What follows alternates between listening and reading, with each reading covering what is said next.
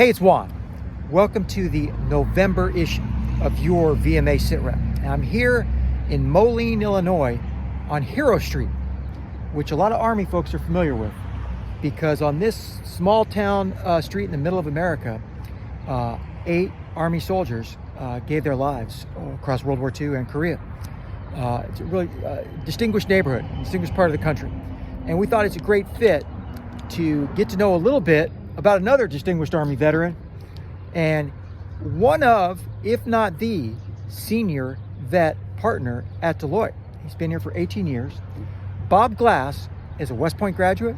He's an Apache pilot. Came to the firm as a senior consultant. Yep. He's Minneapolis-based with in commercial with an M&A focus. Yep. And he's been a partner since 15. Yep. Bob, you are one of the handful of folks who have come from a full military career and made your way through almost each of the levels at Deloitte. Tell us about your journey. Well, I think one of the things that I love about my journey is I don't think it's unique. I think it's similar to a lot of the veterans, which is coming in after my service and joining as a senior consultant. My journey was definitely a little rocky at first. Definitely dealt with steep learning curves in a number of different areas. Sprinkling a little imposter syndrome, but my journey is also met with connecting with veterans at the firm, actually, seeking out and getting mentorship from veterans and not veterans who, allies who wanted to support me, and genuinely finding a place where, pretty quickly, probably my first 2 or 3 years, that realization that this is a place where a lot of the veteran skills, you can thrive here and have success. And when I landed here, I definitely didn't think this was going to be an 18-year career and hopefully much longer, but it turned out to be as amazing as I hoped it would be, but didn't expect it to be. Bob, you've been a consulting vet lead for a long time. You've mentored dozens, if not hundreds, of young vets coming into the firm, especially on the commercial side. Can folks track you down and seek you out, especially as they make this transition to a whole new world? I hope they will, especially on the commercial side, but all veterans. But from coming into the commercial side is maybe a little bit more of a cold glass of water in terms of the real delta in terms of your experience and really wanting to make sure that you're on day one doing a good job for clients. I think all of our vets want to have that experience, but on the commercial side, it might feel a little bit less familiar.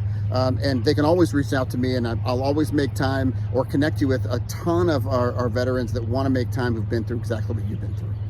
Bob, one of the things that always sticks out with me when I think about your journey is because you've been so candid about this. With all the success you've had, you've been clear that, hey, you had periods of struggle. Yeah. It was not easy. Like a lot of us, didn't really understand the mechanics of this whole consulting thing. You alluded to imposter syndrome before. Say a little bit about that. Hey, if you're out there struggling and this doesn't feel like a bold print, chain of command, operational world like you've been living in, let people know that they're not the Lone Ranger.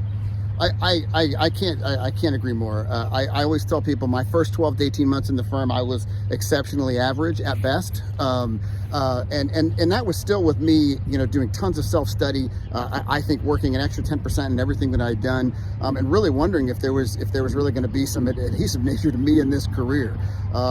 There were a few areas where, when through the course of my career, the firm flexed, made some changes, or asked me to make some changes, and you kind of do a reset and find yourself again in unfamiliar waters and looking for help. So I think it's a combination of understanding that all of the perseverance and discipline that you have as a veteran, you're going to apply it to your learning.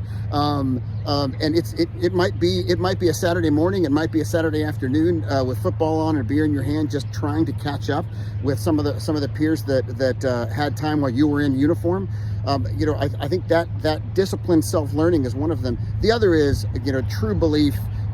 Sometimes that comes from you. Also, it comes from your mentor and advocacy network. I've had a few times in my career where I was like, okay, am I doing this right? And I was always able to find individuals that I could bounce ideas off of, some vets, some just allies. And that is always the most critical part of me actually moving through that and getting back on path to what I consider to be a genuinely successful career, enjoyable, successful career. Bob, that's perfect. Now you're a West Pointer and a football fan. I am. And you've expressed to me over and over and over again that you're losing a lot of sleep at the idea that Army could lose to Navy twice this season. I've never expressed that to you. Yes, although that is a statistical possibility.